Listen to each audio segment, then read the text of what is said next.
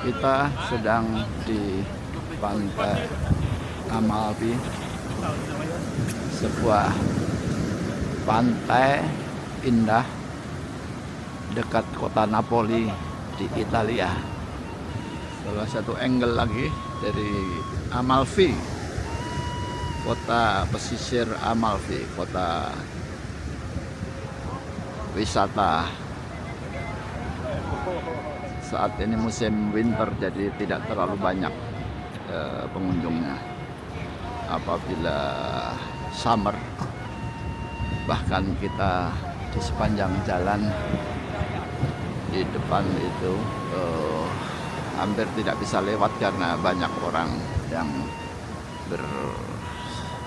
berlalu lalang. Kunjungan kita ke Amalfi sebetulnya adalah 180 derajat kebalikan daripada musim turis yang terjadi waktu summer. Hampir antara 4 hingga 5 juta turis berkunjung ke wilayah Amalfi di sini karena memang keindahan pantai serta bukit-bukit terjal yang terasa eksotik yang mengundang bagi para turis di Eropa Tengah maupun Eropa Utara serta dari Rusia, Jerman dan lain sebagainya. Namun kali ini kita hadir di Amalfi dalam kondisi winter. Tidak apa, keindahan alam tidak berubah, namun crowd atau keramaian memang tidak bisa kita lihat saat ini. Pantai Amalfi sangat indah sehingga disitulah daya tarik bagi para turis yang berdatangan ke sini.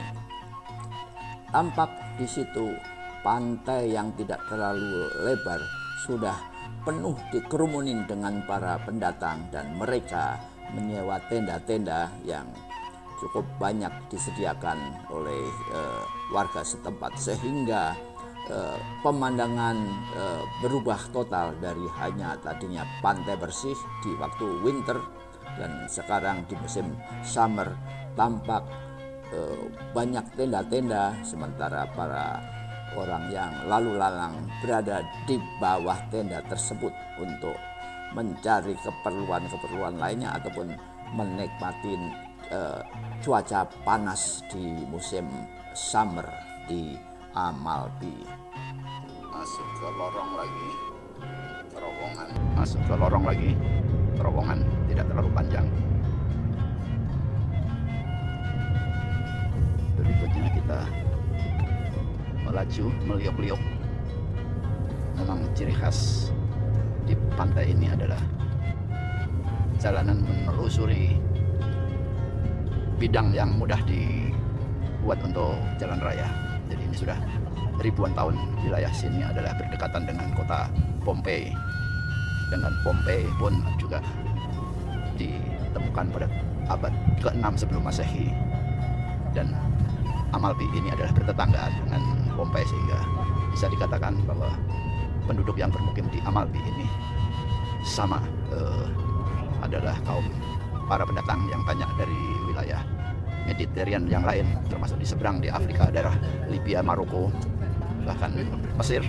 Tapi yang banyak adalah para pendatang dari Yunani. Jadi penduduk asli Napoli tidak banyak, namun akhirnya mereka asimilasi dan menjadilah warga Amalfi, warga Pompei. Dan juga di Pompei adalah satu tempat yang sudah sangat modern. Bahkan pada saat terjadi letusan gunung pun bangunan-bangunannya modern, tidak kalah dengan bangunan-bangunan mewah di Pondok Indah di Jakarta misalnya. Dan itu tertimbun oleh lahar panas dari meletusnya gunung Vesuvius pada tahun 79 Masehi. 79 Masehi adalah tepat 11 tahun meninggalnya Kaisar Nero. Mungkin para pemirsa masih ingat Kaisar Nero adalah kaisar bengis yang memerintah kerajaan Romawi selama 15 tahun. Yaitu dia memimpin menjadi kaisar pada umur 18 tahun. Kemudian dia meninggal pada usia 31 atau 32. sepanjang kepemimpinannya Nero selama 15 tahun dia melakukan berbagai tindakan-tindakan brutal yang sangat keji, antara lain membunuh ibu kandungnya, antara lain membunuh istri, 3 orang istri dibunuh satu persatu karena alasan-alasan yang sangat tidak masuk akal. Dan bahkan dia juga membunuh adik tiri. Kenapa dia mempunyai adik tiri? Karena adik tiri adalah adik dari sang raja yang sebelum Nero. Maaf nih, Papa sedikit lupa nama ayah tirinya yang juga merupakan ayah tirinya, merupakan suami ibu kandungnya. Dan jadi karena intrik dan tipu muslihat sang ibu, maka ibu berhasil dinikahi oleh sang raja, dan kemudian sang raja dengan tipu muslihat juga akhirnya sang ibu berhasil membunuh suaminya yang kala itu menjadi raja, sehingga seharusnya adiknya Nero yang menjadi raja, namun masih kanak-kanak, dan dengan berbagai tipu muslihat dia bisa meyakinkan bahwa sebelum sang raja meninggal sudah berhasil menobatkan Nero sebagai putra mahkota. Meskipun ada putra kandung dari raja, namun sang raja terkesima dan kena bujuk rayu dari istrinya, maka sang raja betul-betul mewariskan tahtanya kepada anak tirinya, yaitu anak dari istri yang dinikah yang sudah mempunyai anak yang bernama Nero. Sedikit koreksi tadi bahwa ayah tiri Nero adalah Kaisar Claudius, dan dia memiliki anak kandung yang namanya Tiberius yang mempunyai anak kandung yang namanya Britannicus. Namun karena umurnya masih kanak-kanak, sehingga sang pangeran, sang raja Claudius mau menjadikan Nero, anak tirinya, menjadi putra mahkota, menggantikan sang adik yang sebetulnya merupakan anak kandung dari Claudius. Demikianlah intrik-intrik yang terjadi di kerajaan Romawi pada waktu itu.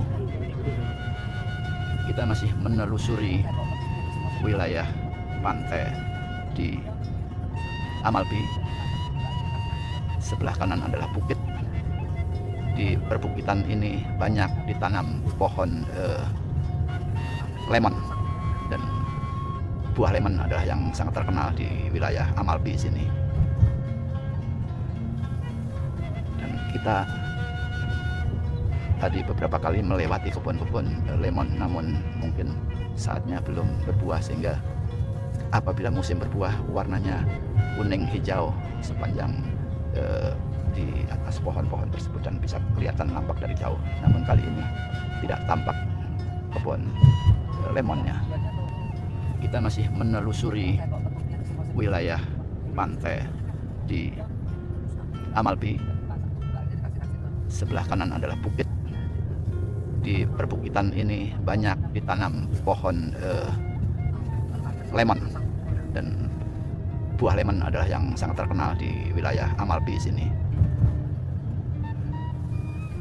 Dan kita tadi beberapa kali melewati kebun-kebun lemon, namun mungkin saatnya belum berbuah, sehingga apabila musim berbuah warnanya kuning hijau sepanjang di atas pohon-pohon tersebut dan bisa kelihatan nampak dari jauh. Namun kali ini tidak tampak kebun lemonnya.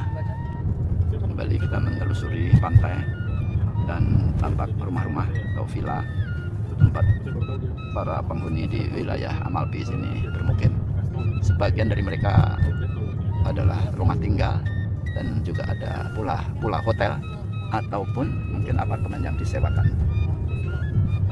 Ini adalah ciri khas wilayah yang menjadi tujuan wisata di Italia bagian selatan. Nah, itu rumah-rumah di tebing. Nampak mereka sangat nyaman, mempunyai view pandangan ke laut sebagai view yang paling mahal. Sedikit lanjutan daripada kisah Kaisar Nero. Dia dinyatakan bunuh diri pada tahun 68 Masehi setelah dinyatakan sebagai musuh publik oleh Senat Romawi.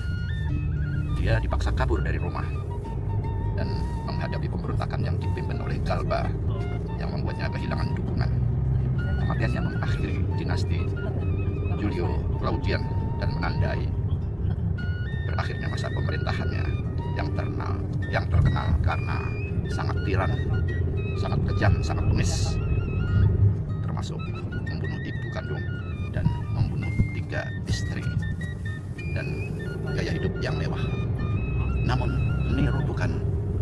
Nero juga mengalami kondisi yang sangat ironis karena sebagai kaisar Roma dia juga banyak meninggalkan kota Roma karena harus melakukan perjalanan mengelilingi wilayah-wilayah yang ditaklukkan. Itu adalah sebagai ciri khas kekaisaran Romawi. Jadi seorang kaisar harus sering berkunjung, dan unik bahwa salah satu istrinya yang dibunuh dikisahkan karena dia cerewet karena sering ditinggal Nero bepergian, ibaratnya tugas atau dinas ke luar negeri, sampai ke Yunani, sampai ke wilayah Italia bagian utara, bahkan sampai ke wilayah sebelah barat hingga ke Spanyol dan Perancis. Dan kondisi itu yang menjadikan salah seorang istrinya komplain dan di mata Nero dianggap itu istri bawel, kemudian dibunuhnya. Itu adalah kekejaman, salah satu kekejaman dari sang Nero. Kronologi singkatnya adalah bahwa pemberontakan dan pengkhianatan pada tahun 68 Masehi, berbagai provinsi memberontak melawan Nero, termasuk Spanyol dan Galia, dengan Galba memimpin pemberontakan utama di Galia. Kemudian Garda Praetorian di Roma yang dulunya melindunginya juga meninggalkan Nero.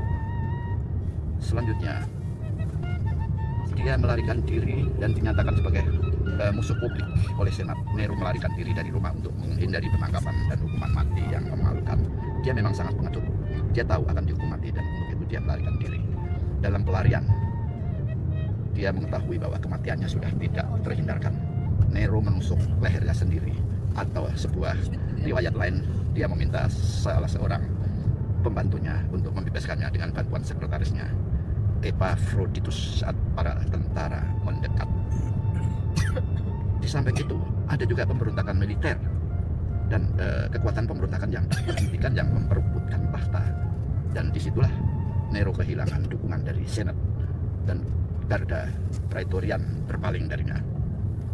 Karena dia takut akan ditangkap, maka dia memilih bunuh diri, dan dia tidak ingin dieksekusi karena hal itu adalah merupakan hal yang sangat memalukan. Maka dia memilih melarikan diri. Itulah sang Nero yang sangat singkat memimpin Romawi, hanya 14 atau 15 tahun, dan dia meninggal pada usia masih muda, yaitu usia 31 tahun. Sebetulnya kisah Kaisar Nero bisa ditonton di video YouTube di Eko Papa Channel yang sudah tayang sekitar 5 bulan yang lalu dengan judul Kaisar Nero. Silahkan di search dan dicari, dan coba di situ kita semuanya akan mengulas bagaimana seorang Nero memimpin kekaisaran Romawi dengan caranya sendiri dan sangat tidak masuk akal, namun betul-betul terjadi. Salah satu angle yang bagus, betapa lereng-lereng bukit di situ ada tempat untuk memancangkan fondasi, maka dibangunlah villa ataupun rumah tinggal atau bahkan hotel. Itulah Pantai Amalfi.